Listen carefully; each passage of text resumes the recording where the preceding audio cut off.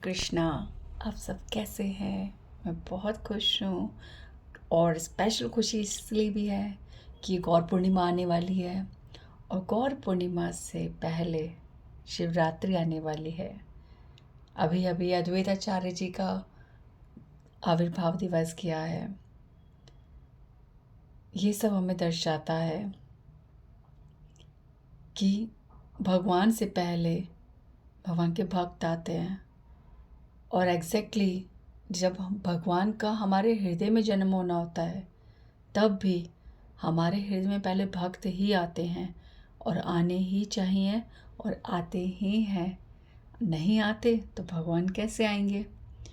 तो अद्वैत आचार्य, नित्यानंद प्रभु, शिवरात्रि ये सब संकेत दे रहे हैं कि भगवान आएंगे जब हम इन शुभ दिवस का अर्थ समझे, जब भगवान के भक्तों का धरती पर आवागमन का कारण समझे, जब ये समझे कि भक्त को भगवान कितने प्रिय हैं और भगवान को भक्त कितने प्रिय हैं।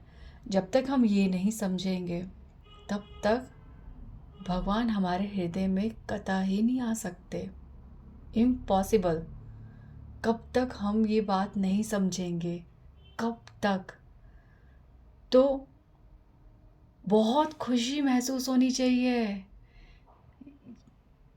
महादेव को याद करके, गौरांग महाप्रभु को याद करके, भगवान और भक्त के संबंध को याद करके बहुत आनंद आना चाहिए और उसके लिए हमें महिमा जाननी पड़ेगी। हमने लास्ट में पढ़ा था कि नित्यानंद प्रभु किस प्रकार से आते हैं और नित्यानंद प्रभु की व्यास पूजा का हमने देखा, ठीक है, और सब सुंदर कथा आपने सुनी और बहुत आनंद आया। मुझे भी बहुत आनंद आया, आनंद में वृद्धि हुई बताकर। और अभी उसका कोई शेष रह गया है उसमें। उसके बाद है कि अब अद्वैत आचार्य चैतन्य महाप्रभु मिलेंगे, तो वो पहले शुरू करने से पहले कुछ शेष रह गया था व्यास पूजा का, वो मैं बता रही हूँ और बहुत इम्पॉर्टेंट है। और ये वेलकम कर रहा है अगली लीला को भगवान की, और ये वेलकम कर रहा है एग्जैक्टली उस पॉइंट पे जब शिवरात्रि आने वाली है और वैष्णव समाज कहीं कहीं पे चूक जाता है कि शिव तत्व को कैसे समझे। हम लोग कब तक कब तक कब तक शिव जी को कृष्ण भक्ति से, कभी कभी राम भक्ति से भिन्न करके रखेंगे? इम्पॉसिबल है। एक चेहरा हो पर उसमें अगर आँख ना हो तो कैसा दिखेगा? हाँ, ऐसा ही भक्ति एक शरीर है और उसमें आँखें, जो ये दो नेत्र हैं, वो है नित्यानंद प्रभु और अद्वैत प्रभु, अद्वैत आचार्य यानी शिव जी। ये दो आँखें हैं, इनके बिना ये भक्ति का रूप सौंदर्य नहीं समझ आएगा। कोई कितना ही स्वर्ण के शरीर के समान सुंदर क्यों ना हो, उसके नैनक्ष कितने सुंदर ना हो क्यों ना हो, पर नेत्र ही नहीं है तो कैसे कैसे? तो ये नेत्र होना बहुत आवश्यक है। तो यहाँ पर श्री वृंदावन दास ठाकुर जी बहुत ही इम्पोर्टेंट बात कह रहे हैं। तो पहले तो नित्यानंद प्रभु की जब व्यास पूजा हुई, नित्यानंद प्रभु काम डाउन हुए, एक्सटेसिस से बाहर आए, उसके बाद नित्यानंद प्रभु बहुत रो रहे हैं और चैतन्य महाप्रभु ने शांत किया। और तब जब व्यास पूजा पूरी हो गई तो चैतन्य महाप्रभु ने आदेश दिया कि कीर्तन आरंभ करो, और चैतन्य महाप्रभु, नित्यानंद प्रभु, सब भक्तों ने मिलकर बहुत आनंद किया, बहुत कीर्तन किया। और इन सब का जो है साक्षात दर्शन शची माता भी कर रही हैं। शची माता गौरांग महाप्रभु की माता, इस पूरे ब्रह्मांड की माता, वह दर्शन कर रही हो और हृदय में बोले जा रही हैं कि नित्यानंद और गौरांग मेरे पुत्र हैं, और आनंद विभोर हो जा रही हैं। तो यहाँ पर बढ़ते बढ़ते जो वृंदावन दास ठाकुर जी हैं, वो एक बहुत इम्पॉर्टेंट बात कह रहे हैं कि हम गौरांग महाप्रभु को जब समझते हैं तो नित्यानंद प्रभु और अद्वैत प्रभु को नहीं समझते जितना समझना चाहिए। तो यहाँ पर वो कह रहे हैं कि the Vaishnava devotees of the Lord are eternally pure and realised souls. Vaishnava devotee जो भगवान के भक्त हैं, वैष्णव जो होते हैं, वो सदैव हमेशा हर समय हर जन्म में हर समय हर क्षण वो प्योर होते हैं, वो रियलाइज्ड सोल्स होते हैं। और ऐसा संभव है कि भगवान के भक्त जो हैं वो है तो भगवान के, पर उनके विचार अलग अलग होते हैं। तो इसमें कोई भी संदेह नहीं है कि वो भगवान के भक्त नहीं हैं। और यहाँ पे तो शास्त्र भी कहते हैं कि मुनि वही है जो एक अलग विचार लेके चलता है, जिसका धर्म के प्रति, भक्ति के प्रति एक अलग परिभाषा होती है। और जब सबकी परिभाषा अलग होती है और वो किसी से मैच ना करती हो, ऐसे ही जो व्यक्ति है मुनि कहलाते हैं। ये शास्त्रिक है। तो यहाँ पर यही बात श्री वृंदावन दास ठाकुर जी कह रहे हैं कि कभी कभी हम वैष्णवों के मत में भिन्नता देखते हैं, उनके विचार अलग अलग देखते हैं, तो हम सोचते हैं जिसका विचार हमें समझ आता है हम कहते हैं वो वैष्णव सही है, और जिसका विचार हमें समझ नहीं आता तो हम सोचते हैं कि वो वैष्णव नहीं है और वो अलग है, और वो उस वैष्णव से भी अलग है जो हमारे जैसा विचार बोल रहे हैं। तो ये सब भिन्नता करना ये बहुत बड़ा अपराध है। ठीक है, तो there is amazing relationship between devotees. भक्तों के बीच में एक बहुत ही अनोखा संबंध होता है। और who don't understand this exchange praise one Vaishnav and denounce the other। और केवल एक मूर्ख ही होता है, एक पापी व्यक्ति ही होता है जो एक वैष्णव की तो प्रशंसा कर रहा है और दूसरे की निंदा कर रहा है। Such a mentality will lead to destruction of faith and knowledge। इस तरह की अगर मेंटालिटी किसी की होती है तो धीरे धीरे उसका विश्वास और उसका ज्ञान क्षीण होता जाएगा, खत्म होता जाएगा। Scriptures state that when a foolish wretch worships the lotus feet of a Brahman and then strikes him on the head, he will be sure to go to hell।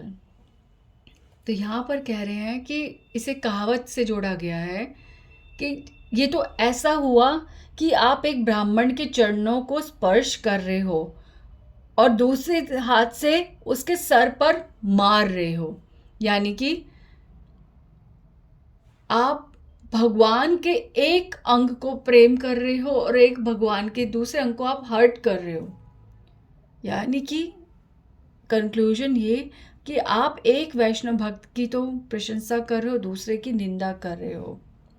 तो इफ समवन ऑफेंड्स और tortures even an ordinary living entity yet worship Shri Vishnu, the Lord of every living entity, then all his worship is worthless। अगर आप भगवान के इस संसार में एक साधारण जीव को भी, जिसके हृदय में स्वयं भगवान वास करते हैं, आप उसको भी हर्ट कर रहे हो, तो भी आप पाप अर्जित कर रहे हो। तो आप सोचो कि अब भक्त की निंदा करके कहाँ जाओगे। आपके नाम का तो नर्क भी नहीं बना, ऐसा नर्क भी नहीं है, नर्क में भी जगह नहीं है ऐसे पाप करने वाले व्यक्ति की। तो भक्तों की निंदा करना बहुत गलत है। और प्लीज़, आपको पता है, धर्म की आड़ में धर्म की परिभाषाओं का गलत अर्थ समझना और हमें पता ही ना चले कि हम उस परिभाषा का गलत अर्थ करते हुए किसी भक्त की निंदा कर रहे हैं। ये भी बहुत बड़ी गलती हो जाएगी। तो हम यहाँ पर मैं भी और श्री वृंदावन दास ठाकुर जी भी अभी यही बात यहाँ पे क्लियर करेंगे शिव तत्व के बारे में, कि शिव तत्व, शिव जी को हम भगवान से भिन्न कर देते हैं। हम लोग बहुत वाला एग्जाम्पल बोलते हैं कि दूध दही, ठीक है, प्रभुपाद जी बार बार बोलते हैं, ठीक है, दूध दही का एग्जाम्पल। पर हम अगर भागवतम में बहुत ध्यान से पढ़े ना, तो प्रभुपाद जी बहुत क्लियर करते हैं, बहुत क्लियर। भगवान ब्रह्म संहिता में शिव जी के लिए जब वंदना आती है, ठीक है, तो उसमें भगवान और शिव का संबंध बता रहे हैं। तब बताया गया है कि दूध, भगवान दूध हैं और शिव जी दही हैं। तो दूध में जब खट्टा पड़ता है तो दही बनता है, यानी कि जब विष्णु तत्व माया शक्ति तत्व से संयोग करते हैं, ठीक है, तो वो दही बनते हैं, ठीक है। और समझा जाए तो भगवान विष्णु जब माया के संपर्क में आकर इस समस्त ब्रह्मांड का संचालन करते हैं, ठीक है, संसार के कार्य करते हैं, तो वह विष्णु सदाशिव शिव जी कहलाते हैं, ठीक है। तो ये बात हमें समझ आती है। ओके, अब हम यहाँ पर बोलते हैं कि दूध जो है, दूध से दही बनता है, दूध से दही बनता है, पर दही दूध कभी नहीं हो सकता। ओके, एग्जैक्टली यहाँ पर एक तत्व बिल्कुल क्लियर है कि दूध से दही बनता है, पर दही कभी भी दूध नहीं बन सकता। बिल्कुल सही।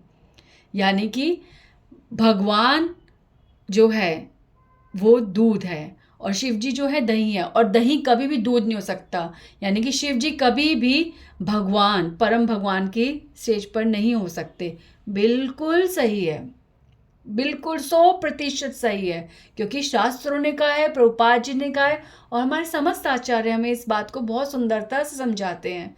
पर हम यहाँ पर इसी परिभाषा की आड़ में एक बहुत बड़ा अपराध कर देते हैं कि शिव जी भगवान नहीं है, पर शिव जी दही है।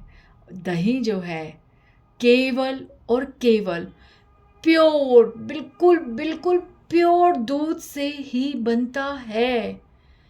जैसे दूध का कोई सब्स्टिट्यूट नहीं है, ऐसे दही का भी कोई सब्स्टिट्यूट नहीं है, बिल्कुल नहीं है। जब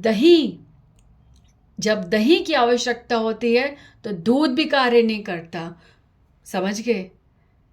तो दही केवल दही है। जैसे भगवान का कोई सब्स्टिट्यूट नहीं है, ऐसे शिव जी का भी कोई सब्स्टिट्यूट नहीं है। शिव जी जो है ना जीव तत्व में आते हैं, ठीक है, और भगवान तत्व में शिव जी शिव तत्व है, और शिव तत्व को समझना बहुत आवश्यक है, बहुत आवश्यक है। हम दूध पीते हैं ना, हम दही भी खाते हैं ना, दोनों की आवश्यकता अलग अलग है ना। कहीं भी हम पढ़ते हैं, जब डॉक्टर हमें रेकमेंड करते हैं तो दूध दही दूध दही दूध दही बोला जाता है, तो हम दूध भी लेते हैं, दही भी लेते हैं। क्या ऐसा होता है कि ठीक है, कभी कभी किसी को एलर्जी है, कुछ है, मैं एक नॉर्मल भी बात कर रही हूँ, तो हमारे को दही नहीं लेना होता। बट अगर हम एक प्रॉपर न्यूट्रिशनल डाइट की बात करें, एक बैलेंस डाइट की बात करें, तो उसमें दूध लेने को भी कहा जाता है, दही लेने को भी कहा जाता है। मैं साधारण से साधारण बताने की कोशिश कर रही हूँ कि शिव तत्व बहुत आवश्यक है। तो धर्म को सही से ना समझना, तत्व को सही से ना समझना भी एक बहुत बड़ा अपराध है। अगर हमारे हृदय में हरि नाम उजागर नहीं हो रहा, हरि नाम बता रहे हैं हम सबको, हम हरि नाम जप रहे हैं, पर हम सब खुद ये सत्य जानते हैं, क्या हरि नाम करते वक्त हमारे हृदय में हरि ही है? क्या हमारे आंखों में अश्रु है? क्या गौरांग बलिते हबे पुलक शरीर, हरि हरि बलिते नयने बबे नीर। क्या ये हो रहा है? क्या अश्रुधारा प्रवाहित हो रही है? क्या हृदय तड़पता है भगवान के लिए? क्या हरि का नाम लेते लीला स्मरण हो रहा है हमारे को? क्या हरि और हरि की इस सृष्टि, हरि के भक्तों में सब जो भिन्नताएं हम देखते हैं वो खत्म हो रही है? क्या हर किसी को आत्मा में देख रहे हैं हम? क्या अपने आप को ही एक आत्मा समझते हैं हम? क्या हम अपने आत्म स्वरूप को जान रहे हैं? क्या हमें गुरु से प्रेम हो रहा है? क्या ये सब हो रहा है? तो मैं कहूंगी यस, हम भक्ति कर रहे हैं। और मैं ये पक्का बोलूंगी, यदि ऐसा हो रहा है तो वो भक्त अवश्य अवश्य शिव जी को भी प्रेम करता होगा, क्योंकि ये केवल शिव प्रसाद है, ये केवल नित्यानंद प्रसाद है। चेहरा भगवान है और नेत्र नित्यानंद और शिव है। इसके बिना भक्ति का कोई रूप नहीं है, कहीं भी नहीं है। रामायण में भी नहीं है, भगवत और भागवतम में भी नहीं है, और कहीं नहीं है। न द्वापर, न सतयुग, न कलयुग, न त्रेता, न कोई भी युग में कहीं भी कोई भी ऐसा कॉर्नर नहीं है जब ये तत्व साथ नहीं चला। और स्वयं भगवान की लीला ये दर्शाती है। तो मैं जा रही हूँ वृंदावन दास ठाकुर जी के साथ अद्वैत आचार्य को प्रकट करने इस लीला में। गौरांग महाप्रभु स्वयं अपने मुख से अद्वैत आचार्य के बारे में बताएंगे।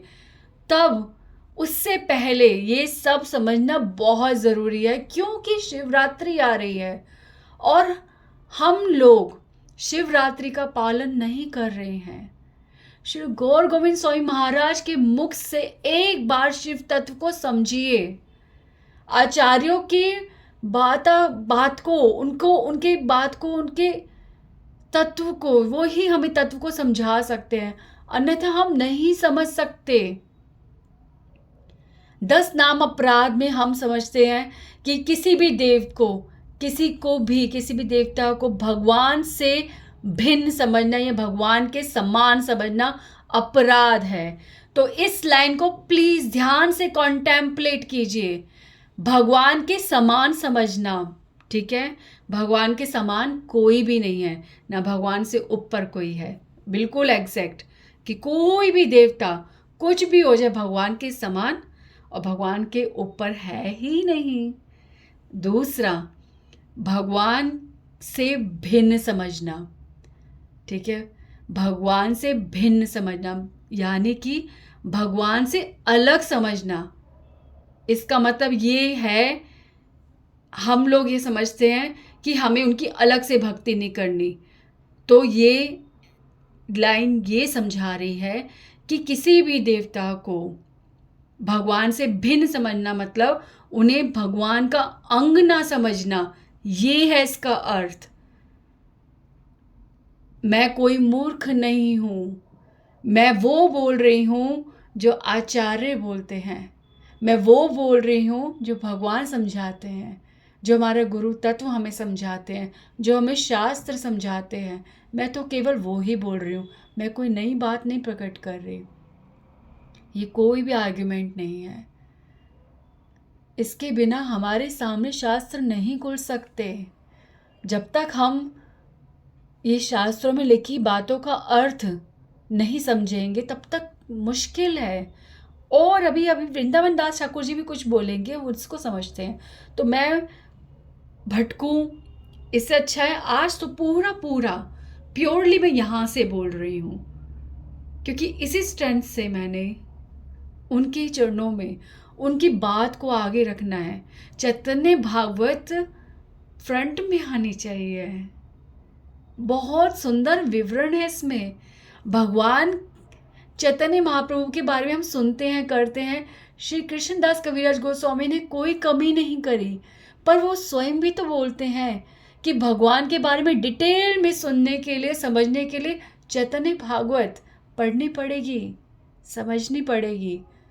मैं तो बस वो ही रख रही हूँ, वही गा रही हूँ, वही बोल रही हूँ।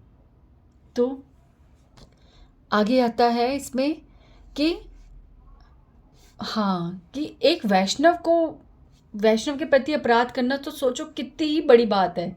जब एक साधारण इंसान के प्रति हम अपराध कर देते हैं, तो वैष्णव के प्रति तो ये कर ही नहीं सकते। ठीक है। इसके बाद श्रीमद् भागवतम में 11वें स्कंद के दूसरे अध्याय का 47वां श्लोक कहता है कि a devotee who faithfully engages in the worship of deity in the temple but does not behave properly toward other devotees or people in general is called a prakrit bhakt, an impure materialistic devotee और कनिष्ठ अधिकारी। ठीक है।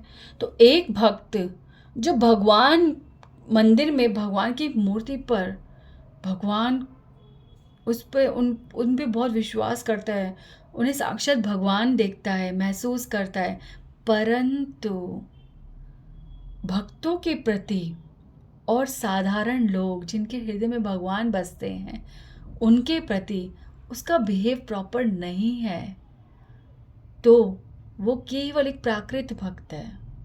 वो केवल एक भौतिक व्यक्ति है जो भगवान को भी भगवान देख रहा है केवल अपने लाभ निकालने के लिए। उसे प्रेम नहीं है भगवान से, नो। ठीक है। तो आगे बोलते हैं। हाँ, यहाँ पे वृंदावन दास ठाकुर जी कहते हैं कि one advances spiritually if one glorifies the supreme Lord Shri Krishna in any humble manner. कि यहाँ पे वृंदावन दास ठाकुर जी कह रहे हैं कि मैं जो वर्णन कर रहा हूँ भगवान की लीलाओं का, उसको मैं भी पूरी तरह से वर्णित नहीं कर सकता। ये असंभव है। ये भार तो स्वयं अनंत शेष भी पूरा नहीं कर पा रहे कि भगवान की लीलाओं का वर्णन कर ही जा रहे हैं। तब वो कह रहे हैं फिर भी ये वर्णन करना चाहिए जितना संभव हो। एक भक्त को भगवान को ग्लोरीफाई करना चाहिए, उनकी कथा करनी चाहिए, क्योंकि इससे हमारे को आध्यात्मिक प्रगति मिलती है। ठीक है। चाहे कैसे भी करो, इन एनी कैसे भी में आता है। उसके बाद हम्बल मैनर, बहुत ही तृणादपि सुनिचेन, बिल्कुल तृण की भांति एक हम्बल सर्वेंट की तरह भगवान के गुणों का गुणगान करने से हमारी आध्यात्मिक प्रगति होती है। ठीक है। तो इस प्रकार से इसके बाद इन लीलाओं के बाद जब पूरी होती व्यास पूजा, तो चैतन्य महाप्रभु श्रीवास ठाकुर को बोलते हैं प्रसाद लाओ, और भगवान स्वयं सबको अपने हाथ से भोजन कराते हैं। इवन श्रीवास पंडित के घर में जो सब लोग उनके घर में सेवा करते हैं, नौकर चाकर सब उनके रिश्तेदार, उन सब को भी बिठाकर चैतन्य महाप्रभु अपने हाथ से खिलाते हैं। ठीक है। तो अब हम आगे बढ़ रहे हैं कि महाप्रभु आवाहन दे रहे हैं अद्वैत आचार्य को, क्योंकि अद्वैत आचार्य शांतिपुर में हैं और अद्वैत आचार्य को अब बुला रहे हैं। एक दिन चैतन्य महाप्रभु श्रीवास पंडित जी के घर पे बैठे हैं और उनके छोटे भाई रामाई पंडित उनको आदेश देते हैं कि जाओ अद्वैत आचार्य को बुला कर लाओ और उनको बोलो कि मैं वही भगवान हूँ जिसको उन्होंने चिल्ला कर नाद कर करके इस धरती पर बुलाया है। जाओ उन्हें सूचना दो कि मैं उन्हें बुला रहा हूँ। और रामाई पंडित इतने आनंद विभोर होते हैं कि भगवान ने मुझे ये आदेश दिया, मैं जाता हूँ, मैं लेके आता हूँ। और वो फटाफट गए हैं। उनको शांतिपुर का कोई भी मार्ग नहीं पता, बस न जाने वो चले जा रहे हैं और कोई दिव्य शक्ति उनको सही पथ पर लेके जा रही है और वो अद्वैत आचार्य के घर पहुंचते हैं। और उसके बाद वो अद्वैत आचार्य के पास जब पहुंचते हैं तो अद्वैत आचार्य कहते हैं मैं सब जानता हूँ। उनके आते ही यहाँ पर ना मैं रुक रुक के बोलूँगी, क्योंकि ये लीला ना गौर गोविंद स्वामी महाराज कहते हैं अपेरेंट और तत्व, ठीक है, एब्सोल्यूट, यस, अपेरेंट, अपेरेंट और एब्सोल्यूट। तो यहाँ पर जो है हमें अपेरेंट मतलब जो दिख रहा है वो उससे भी ज़्यादा कुछ तत्व में होता है। जो भी बातें यहाँ पर है जो हमें दिख रही हैं, अगर हम उसे पढ़ जाएंगे तो हमें साधारण ही लगेगा, पर अगर हम इसे तत्व के रूप में पढ़े तो एक एक लाइन में तत्व है। भगवान की लीला साधारण नहीं होती। भगवान की लीला में अगर हम कह रहे ना भूख लगी है, ठीक है, तो हमारे लिए साधारण है, पर भगवान जब कह रहे हैं भूख लगी है तो ये बहुत देखने में नॉर्मल लग रहा है, पर इसके पीछे कुछ तत्व है। भगवान कह रहे आओ प्रसाद खाओ, तो हम जब कहेंगे तो नॉर्मल है, पर भगवान जब कह रहे हैं कि आओ प्रसाद खाओ तो ये इसके पीछे कुछ तत्व है। तो मैं एक एग्जाम्पल बता रही हूँ। अब यहाँ पे जब अद्वैत आचार्य प्रभु कह रहे हैं कि मैं सब जानता हूँ, तो यहाँ पर अब बात आ जाती है कि अद्वैत आचार्य कौन है। क्योंकि भगवान किनके अंदर ब्रह्म तत्व है, ठीक है, भगवान किनके अंदर ब्रह्म तत्व है। केवल विष्णु तत्व के अंदर ही ब्रह्म तत्व होता है। ब्रह्म तत्व मतलब कि वह भूत भविष्य और वर्तमान को जानते हैं, उन्हें सब ज्ञान होता है, भविष्य का भी कि क्या होने वाला है, क्या क्या हो गया है और क्या हो रहा है। वो अंतर्यामी, जिसे हम अंतर्यामी बोलते हैं, वो केवल विष्णु तत्व में ही होता है। तो हमारी जो ये गौड़ लीला है, और बैक टू बैक जाओ तो भगवान कृष्ण, ठीक है, भगवान कृष्ण के समस्त अवतार, भगवान नित्यानंद प्रभु तो है ही, ठीक है, गुरु तत्व, और थर्ड शिव जी विष्णु तत्व है, क्योंकि दही, और दही में पूरा दूध होता है, तो दही में प्योर दूध होता है, इसलिए उनके अंदर ये तत्व है, ठीक है। इसलिए उनके लिए भी ये भी बोला जाता है निजम निर्गुणम निर्विकल्पम निरीहम चिदाकाश माकाश वासम भजेहम। इससे पहली वाली लाइन, नमामि शमीशान निर्वाण रूपम विभुव्यापकम ब्रह्मवेद स्वरूपम। ब्रह्मवेद स्वरूपम, ब्रह्म और वेद का स्वरूप है शिव जी, ठीक है। तो निर्गुणम, वो तीनों गुणों से परे है, जैसे भगवान है, ठीक है। निर्गुणम निर्विकल्पम, उनका कोई विकल्प नहीं है। विभु व्यापकम, वो भी भगवान की तरफ व्याप्त है। तो यहाँ पर ये तत्व के कारण ही अद्वैत आचार्य ने बोला कि मैं सब जानता हूँ कि नवद्वीप में क्या हो रहा है। अब मैं आपको एक और चीज़ बता दूँ, आप कहोगे ब्रह्म तत्व सबके अंदर होता है, नो, केवल विष्णु तत्व के अंदर ही ब्रह्म, ये अंतर्यामी, ये जो गुण होता है, ब्रह्मा जी के अंदर नहीं है, नहीं है।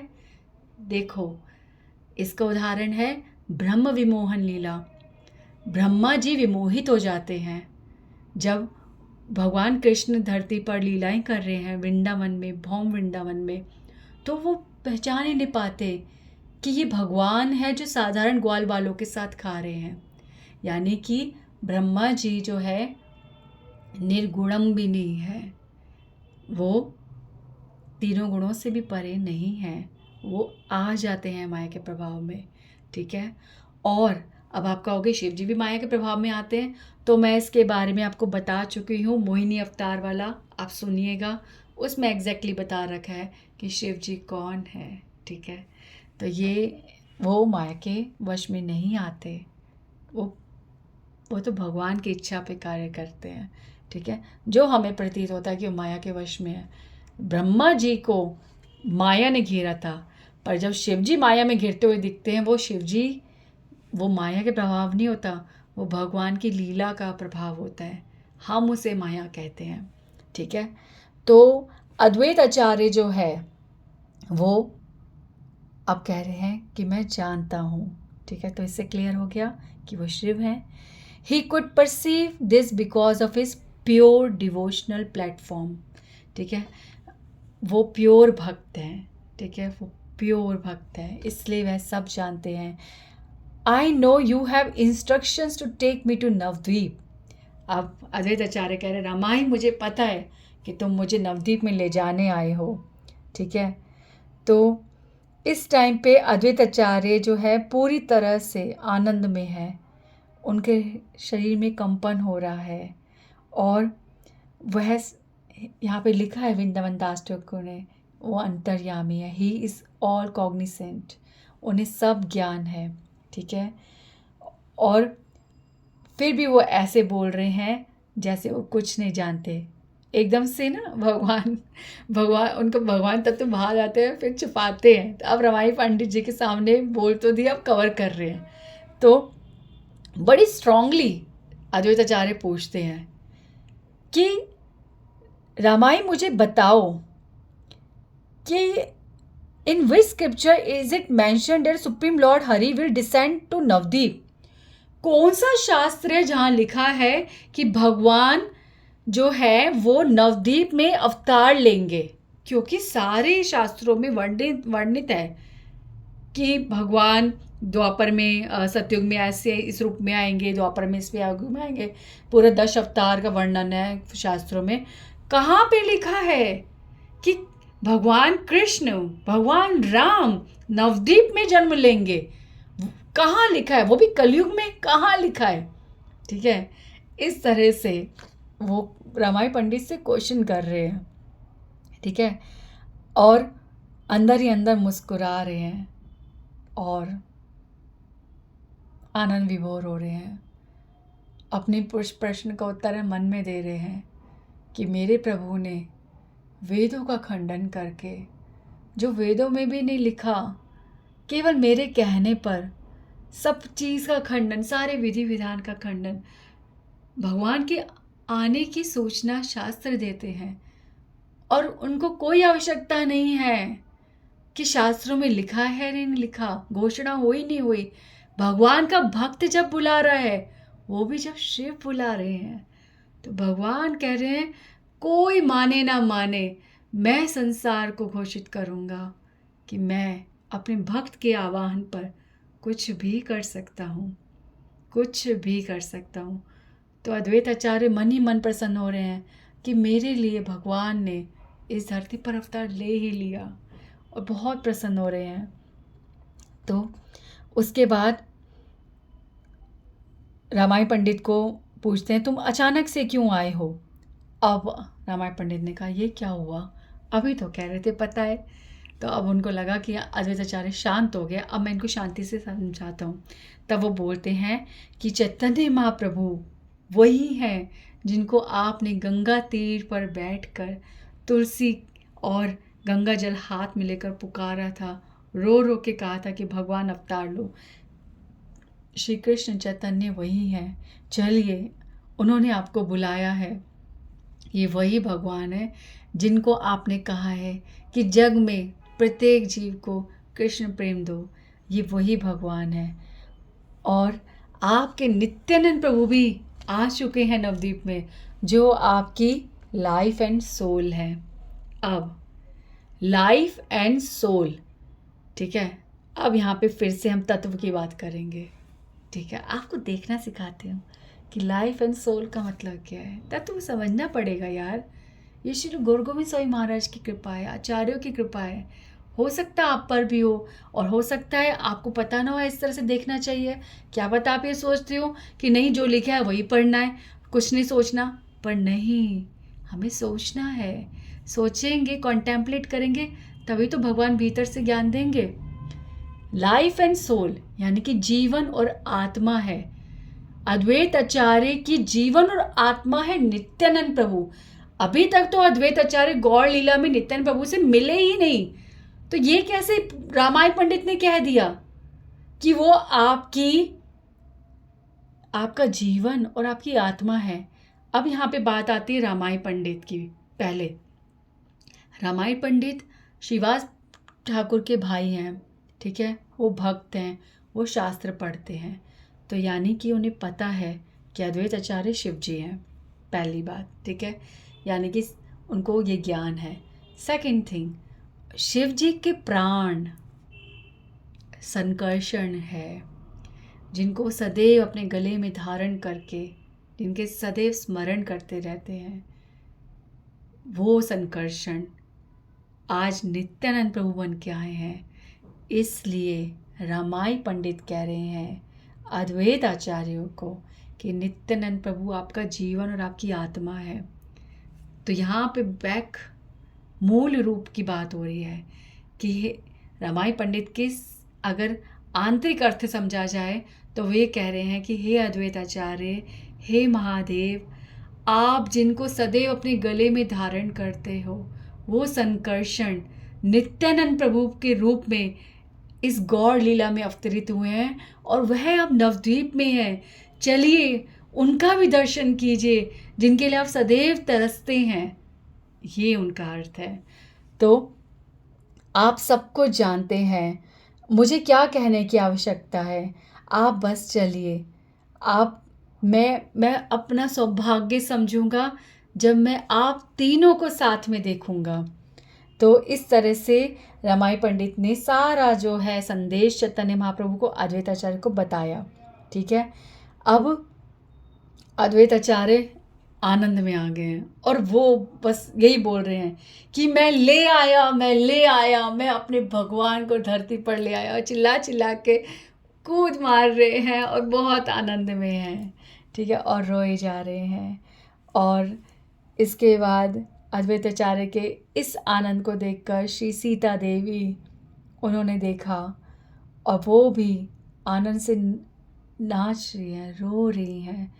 उनके बेटे अच्युतानंद, जो अभी बहुत छोटे से हैं और छोटे से बालक होने के बाद भी वो चैतन्य महाप्रभु भगवान है, भगवान ने अवतार लिया है, ये जानकर वो भी रोए जा रहे हैं। सब आनंद विभोर हो गए हैं, सारा वातावरण भक्ति से भर गया है। और अद्वैत आचार्य अपने आप को संभालते हैं, फिर से पूछते हैं, रमाई, भगवान ने मेरे लिए क्या कहा है? तो फिर वो बोलते हैं कि आप जल्दी चलिए, आप जल्दी चलिए। लिसन रमाई, अब अद्वैत आचार्य को, रामायण पंडित को कह रहे हैं कि अगर वो सत्य में मेरे भगवान है ना, तो उन्हें स्वयं आना पड़ेगा मुझे लेने, और मेरे सर पर अपने चरण रखने पड़ेंगे, तब मैं मानूंगा कि मेरे हृदय के भगवान इस धरती पर आ गए हैं। तो अब रामायण पंडित क्या कह रहे हैं कि हे प्रभु, हे अद्वैत आचार्य, मेरे अंदर कौन सी शक्ति है कि मैं भगवान के आगे कुछ कह सकूं? मैं तो केवल इतना जानता हूँ, मैं केवल इतना ही देख रहा हूँ कि जो आपकी इच्छा है ना, वही भगवान की इच्छा है। जो आपकी इच्छा है वही भगवान की इच्छा है। यार संकल्प ना अन्यथा, यहाँ पर लिखा है, ठीक है, कि जिनका संकल्प भगवान कभी अन्यथा नहीं करते, कभी नहीं टालते। जो एक बार कह दे, जो एक बार कुछ सोच ले, भगवान उसे करके ही मानते हैं। यहाँ पर रामायण पंडित अद्वैत आचार्य को कह रहे हैं कि हे अद्वैत प्रभु, आप जो इच्छा करते हो भगवान वही तो करते हैं। तो मैं क्या कहूँ उनको जाकर, मैं तो इतना जानता हूँ कि आपके कहने पर ही तो उन्होंने अवतार ले लिया। तो ये बात सुनकर अद्वैत आचार्य प्रभु बहुत आनंदित हुए और उन्होंने ये जिद टाल दी और वो चल पड़े और सबको बोला, सीता माता को बोला चलो, और सारी जो है उनके पूजा की तैयारी के लिए सब सामान रख लो, चंदन, अगरबत्ती, सेंटेड ऑयल्स, लौंग, खीर, दही, क्रीम, बटर, सब कुछ, कपूर, बेटर लीफ, पान और सब कुछ जो भगवान की पूजा के लिए आवश्यक है वो सब कुछ रखो। और इस तरह से भगवान सीता माता के साथ, श्री सीता माता के साथ चल लिए रामाई पंडित के साथ। और अब वो चलते चलते रामाई पंडित को कह रहे हैं, देखो रामाई, मैं चल तो रहा हूँ पर मैं सीधा चैतन्य महाप्रभु के पास नहीं जाऊँगा, मैं नंदन आचार्य के घर में रुकूंगा। वहाँ पर ना देखता हूँ कि चैतन्य महाप्रभु अगर स्वयं भगवान है तो उन्हें ज्ञान होगा, वो स्वयं मुझे ढूंढ लेंगे, मैं इतना करूँगा, इसके लिए बस मुझे मना मत करना। अब रामाई पंडित कहते हैं, जैसे आप दोनों की इच्छा, मैं तो केवल आपकी लीलाओं के दर्शन कर रहा हूँ। और इस तरह से अब चैतन्य महाप्रभु श्रीवास पंडित के घर पर हैं और अंदर ही अंदर कुछ बातें कर रहे हैं, विचार में हैं। और फिर वो कहते हैं कि रमाई आने वाला है, मैं जानता हूँ अद्वैत आचार्य साथ आ रहे हैं। और इस तरह से भगवान फिर से भगवान के मूड में आ गए हैं। चैतन्य महाप्रभु बहुत रेयर होता है कि वो भगवान तत्व प्रकट करते हैं अपना, वो छुपा के रखते हैं, भक्त की तरह रहते हैं। और अब दर्शा रहे हैं कि भगवान है। वो इस तरह से क्यों कर रहे हैं? क्योंकि अद्वैत आचार्य के लिए वो महादेव के लिए भगवान सब कुछ भूल जाते हैं, सब कुछ भूल जाते हैं। उनको ये चीज़ छुपानी है कि वो भगवान है, पर अद्वैत आचार्य के लिए रह रह कर वो प्रकट कर रहे हैं, क्योंकि ये उनकी इच्छा है। क्योंकि अद्वैत आचार्य शिव जी समस्त भक्तों को, समस्त ब्रह्मांड को, समस्त इस धरतीवासियों को, सबको दिखाना चाहते हैं कि स्वयं भगवान आए हैं। और किसी को भी कण मात्र भी संदेह ना हो कि चैतन्य महाप्रभु भगवान नहीं है। इसलिए अद्वैत आचार्य के इच्छा के कारण चैतन्य महाप्रभु बार बार विष्णु तत्व प्रकट कर रहे हैं। और श्रीवास ठाकुर के जो मंदिर में विष्णु जी का जो आसन है वहाँ जाकर बैठ गए और सब देख रहे हैं कि चैतन्य महाप्रभु भगवान के जो गुण प्रकट कर रहे हैं। उसी समय नित्यानंद प्रभु यानी संकर्षण फटाफट छत्र धरते हैं, उनके सर के ऊपर गदाधर पान लाते हैं और समस्त जो सब भक्त हैं वो स्तुतियाँ गाने लग गए और भगवान को प्रसन्न कर रहे हैं। तत्क्षण ही रामाई पंडित आते हैं और जैसे ही रामाई को चैतन्य महाप्रभु देखते हैं तो रामाई को बोलते हैं कि रामाई, मुझे पता है अद्वैत आचार्य आ गए हैं, नंदन आचार्य के घर में हैं, उनको बोलो कि शीघ्र आए, मैं यहाँ पर उनकी प्रतीक्षा कर रहा हूँ।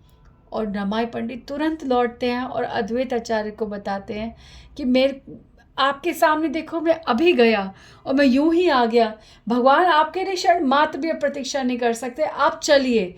और अद्वैत आचार्य आनंद विभोर हो गए हैं कि मेरे भगवान